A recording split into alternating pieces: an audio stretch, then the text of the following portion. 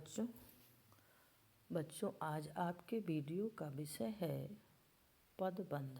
आपकी पाठ्यपुस्तक भाषा अधिगम हिंदी व्याकरण पाठ 18 पदबंध नामक पाठ के विषय में आज आपको मैं जानकारी देने जा रही हूँ। तो इसमें सबसे पहले हम आपको बताएंगे, अभी पिछले पाठ में आपने पढ़ा था पद परिचय। पद परिचय के बाद अब आता है पदबंध। तो पद के बारे में तो आप अच्छी तरह से समझ चुके हैं कि पद किसे कहते हैं। अब है पदबंध, पदों का बंधन। बंध माने बंधना। अब पदबंध क्या होता है इसकी जानकारी आज आपको मैं इस वीडियो के माध्यम से दूंगी। सबसे पहले हम पदबंध क्या है उसे जानते हैं। जैसा कि वाक्य की रचना अनेक पदों से मिलकर होती है, यानी अनेक शब्दों से मिलकर, ठीक उसी तरह से एक से अधिक पद मिलकर जब एक इकाई का काम करते हैं तो उसे पदबंध कहा जाता है या वे पदबंध कहलाते हैं। पदबंधों की पहचान के लिए कुछ बातों को ध्यान में रखना अति आवश्यक होता है। वो बातें कौन कौन सी हैं ये नीचे लिखी हुई हैं नंबर वाइज। जैसे पहला है पदबंध वाक्य का एक अंश होता है। किसी भी वाक्य में जो पदबंध होता है वह वाक्य का एक अंश होता है, अर्थात वाक्यांश, वाक्य का कुछ अंश। इसलिए पदबंध को पूरा वाक्य समझने की भूल कभी नहीं करनी चाहिए, यानी पदबंध को पूरा वाक्य नहीं समझना चाहिए, क्योंकि वाक्य का वो एक इकाई होता है, एक अंश होता है, यानी वाक्यांश होते हैं। नंबर 2 पे पदबंध में एक से अधिक पद होते हैं। पदबंध में एक से अधिक पद होते हैं और ये सभी पद आपस में बंधकर या मिलकर एक इकाई का काम करते हैं, इसलिए ये पदबंध कहलाते हैं।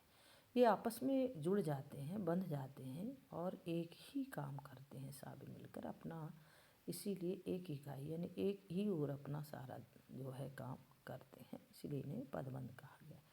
तीसरा नंबर में है प्रत्येक पदबंध में एक मुख्य पद रहता है। जो पदबंध होते हैं उसमें एक मुख्य पदबंध होता है, तो जो वो मुख्य पद रहता है और बाकी पद उस मुख्य पद पर आश्रित हो जाते हैं, यानी एक मुख्य पद होता है उस पदबंध में, बाकी जितने पद होते हैं वो उस पद पर जब आश्रित हो जाते हैं तो क्या बनता है। यहाँ उदाहरण के उसमें देखिए, उदाहरण में यहाँ पे दिया हुआ है, ये लिखा हुआ है तालाब में खिला कमल का फूल सुंदर है। एक वाक्य है और इस वाक्य में कई पदों को जोड़ा गया है, यानी सब पदबंध हो गए।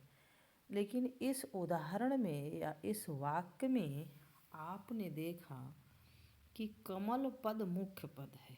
अब इसमें तालाब में खिला कमल का फूल बहुत सुंदर है, तो इस वाक्य में कई पद हैं, लेकिन इसमें जो कमल पद है वह मुख्य पद है और बाकी जितने पद हैं वो इस कमल शब्द पर आश्रित हैं या ये इसी का साथ दे रहे हैं और इसी के लिए अपना सारा अर्थ प्रदान कर रहे हैं। तो जो तालाब में खिला कमल, ये तीनों पद आपस में बंधकर क्या बना रहे हैं, पदबंध बना रहे हैं। अतः वाक्यांश का अंतिम पद कमल संज्ञा है, इसलिए यह संज्ञा पदबंध है। फिर से समझिए, तालाब में खिला कमल फूल सुंदर है, इस उदाहरण में कमल पद मुख्य पद है और बाकी इस पद पर आश्रित हैं और तालाब में खिला कमल, ये तीनों शब्द पद में बंधकर पदबंध बना रहे हैं। अतः वाक्यांश का अंतिम पद कमल संज्ञा है, इसलिए यह संज्ञा पदबंध है।